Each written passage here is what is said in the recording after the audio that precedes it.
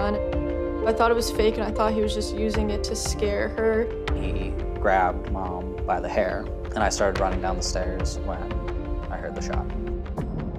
Everything after that went black.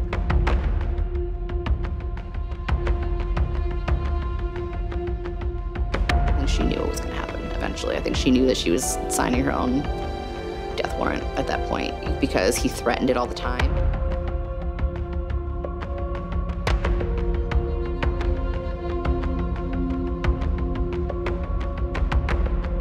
Our situation is unfortunate, but I'm appreciative that at least we can use our story and our knowledge to keep the conversation going, to educate other people, even save one other family.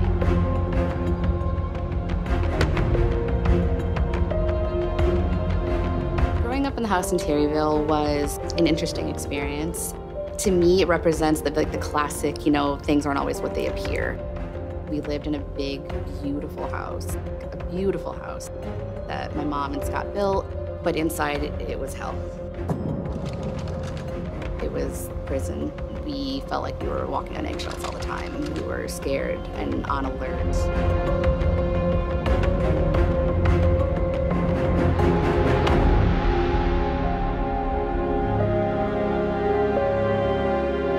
I think the first time he was snuggling in bed with Emily.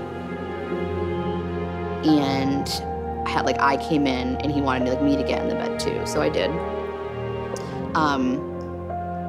He always called it snuggling. And then after that, he only wanted it to be me. And he would just be wearing his underwear, and it was very uncomfortable. It was just a lot of inappropriate touching, inappropriate conversations. I remember he used to make me cuddle with him sometimes, and that made me really uncomfortable, but I would try to just get through it because I knew that he wanted that.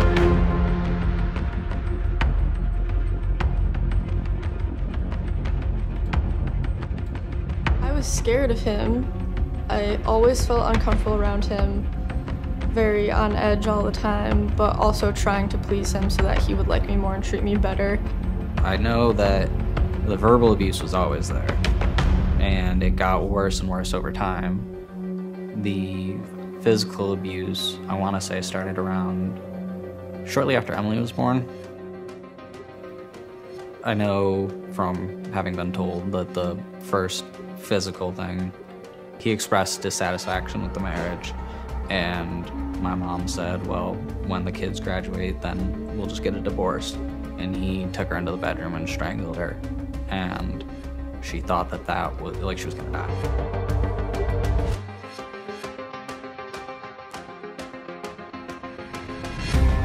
Van Nuys, California. It was crappy, and we were literally eating government cheese and wearing donated clothes, but we did not care. We were so happy to be with our mom and to be free and just be away and just experiencing such a different life. I was so happy because we could do things without having to fear what the consequences were. We could walk around, we could spend time with our mom, and she was happier.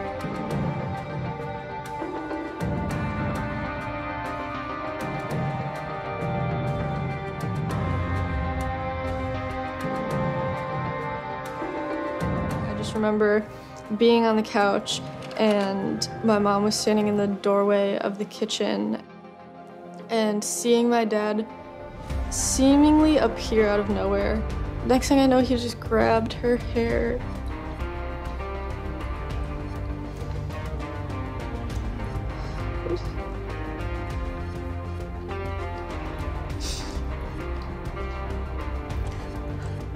Pulled her down the stairs, and I regret so much that the last thing I said was, "Stop, Dad.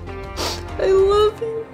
And I wish I was telling her I loved her, but I just wanted him to stop and maybe break out of it by seeing me be there, telling him, begging him to stop, and I just was like, "No, stop, I love you."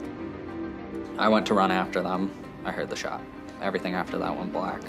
Then I just remember hearing gunshots, and in that moment I felt like I went deaf.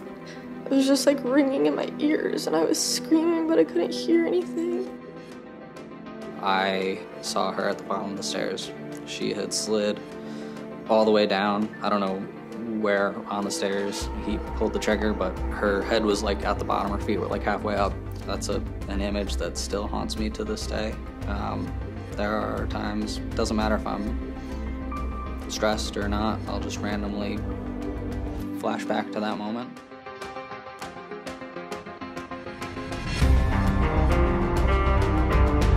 I often wonder, like, did he really love her ever, the whole time, and this was just mental illness? He would often say that, like, you know, we ruined his life, like my mom and I, like we sabotaged everything, and he could have been, you know, getting to all these great plans if it wasn't for us.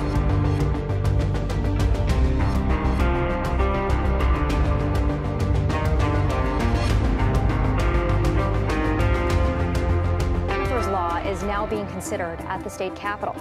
Jennifer Magnano, who was killed in 2007 by her husband in front of her children.